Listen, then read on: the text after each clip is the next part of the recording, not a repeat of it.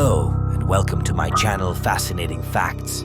Today we will be knowing about some facts which will blow your mind. So let's get started.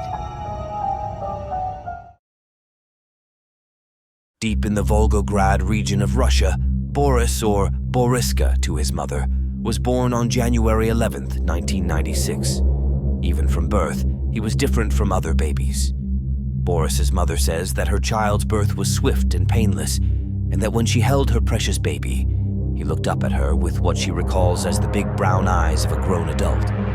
He could immediately focus on objects, which is usually impossible for a newborn. As Boris grew, he continued to display feats of intelligence that shocked them. According to his mother, Boris was beginning to speak at 4 months of age, and by 8 months, he was speaking basic sentences. For reference, most babies don't even say their first word until the ages of 9 to 12 months. The next extraordinary milestone for Boris was reading basic sentences at a year of age, and it was then that his parents noticed their child had what they described as psychic abilities. Their 1-year-old child was now painting and drawing, and the first inklings of what he would later claim to be his Martian origins appeared. Boris grew, and as the years went by, his interest in space, astronomy, and other celestial subjects increased by leaps and bounds. His parents would later say they never went out of their way to teach their son anything about space, but that he brought up the subject all on his own. Little Boriska started kindergarten at the tender age of only 2, but he was already displaying high-level reading and writing skills that made it easy for him to fit in with the older children. Before long, he would reveal his identity as a Martian in his past life, using his incredible knowledge about space to convince even disbelievers about his claims.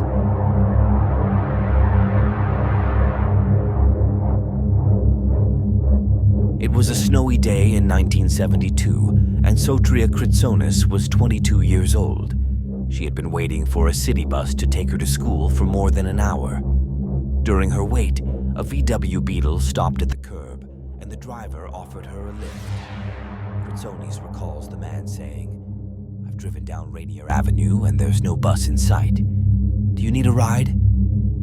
She agreed to the offer, but soon after getting into the car, she realized they were going in the wrong direction. Kritsonis considered escaping from the car, but then she noticed that her door lacked a handle. The driver then asked her to take off her hat. Upon doing so, he questioned, "Why did you cut your hair?" This made her suspect that the man had been observing her, as he knew about her recent haircut. After about an hour, the man suddenly let Kritsonis out at her school, shoving her out and telling her she was fortunate. She told her family about the incident, but chose not to inform the police. Approximately a year and a half later, while watching television, Kritsonis realized that the man who had given her a ride was the notorious serial killer Ted Bundy, who later admitted to murdering 30 women.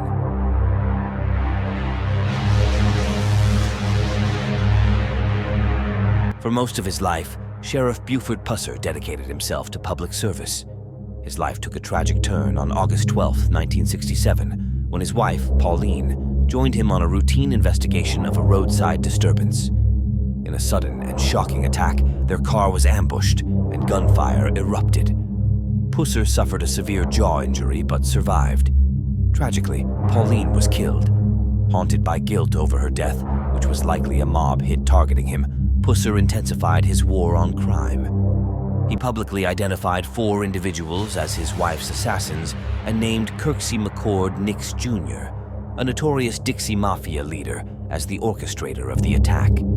Although Nix evaded justice for Pauline's murder, though he was later imprisoned for life for another crime, the other 4 suspects in Pauline's murder met mysterious ends, dying one after the other. Speculation arose that Pusser might have orchestrated retribution against the mafia members responsible for his wife's death. However, lacking concrete evidence linking him directly to these deaths, and perhaps influenced by a sense of poetic justice, authorities never pursued charges against Pusser for these incidents.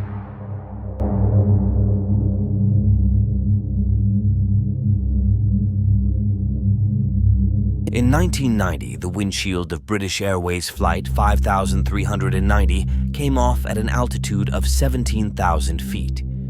This triggered a sudden decompression in the cockpit, resulting in the captain being partially ejected out of the aircraft. As luck would have it, Nigel Ogden, a flight attendant, was on his way into the cockpit at that moment.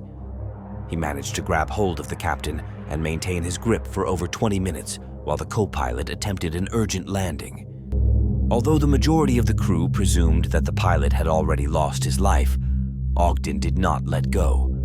There was a prevailing fear that if Ogden did release his hold, the pilot's body might strike the plane's engine, wing, or stabilizer, causing even more chaos. All Ogden knew was that the pilot was gradually slipping more and more out of the window, and his head was continuously being battered against the airplane's body. Finally, after a distressing 20-minute flight with a gaping window, the aircraft was safely brought down at Southampton Airport. In the course of events, Ogden suffered from frostbite on his face, damage to one of his eyes, and a dislocated shoulder.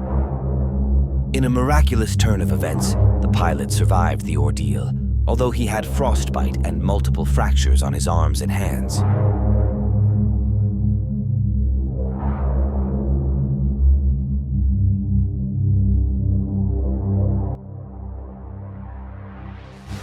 Lepa Radic was a 17-year-old freedom fighter who was executed by the Germans in 1943. At the age of 15, she witnessed the German invasion of Yugoslavia in 1941. Despite falling under the sinister grip of the Nazis, the people of Yugoslavia fiercely resisted. Following her arrest and imprisonment by the puppet government of Yugoslavia, Lepa Radic was liberated by partisan fighters. She joined their cause, actively participating in the resistance movement's frontline operations, which sought to overthrow the occupying forces and establish a socialist government.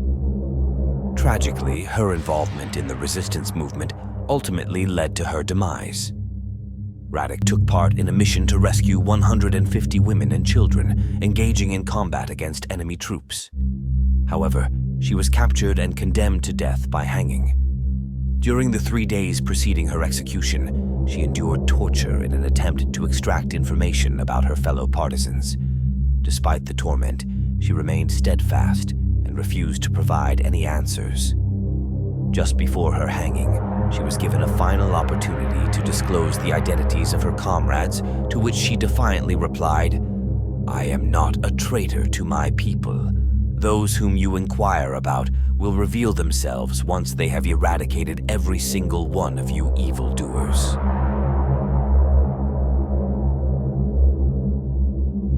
The legacy of Lepa Radic, however, lives on.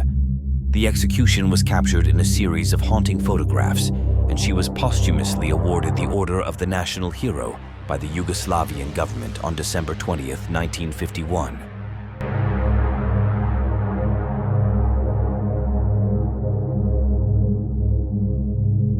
In 2009, a 26-year-old man named John Edward Jones set out to explore Utah's Nutty Putty Cave with his family and friends.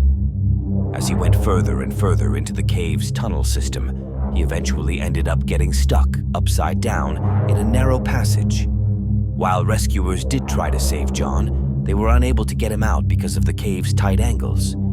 So, all they could do for John was feed an injection drip into his leg, which contained drugs to calm him down. After 28 hours stuck in this position, John eventually died from suffocation and heart failure. Following the event, his family and the landowner agreed to seal the cave shut so that no one else could suffer the same claustrophobic fate as John did.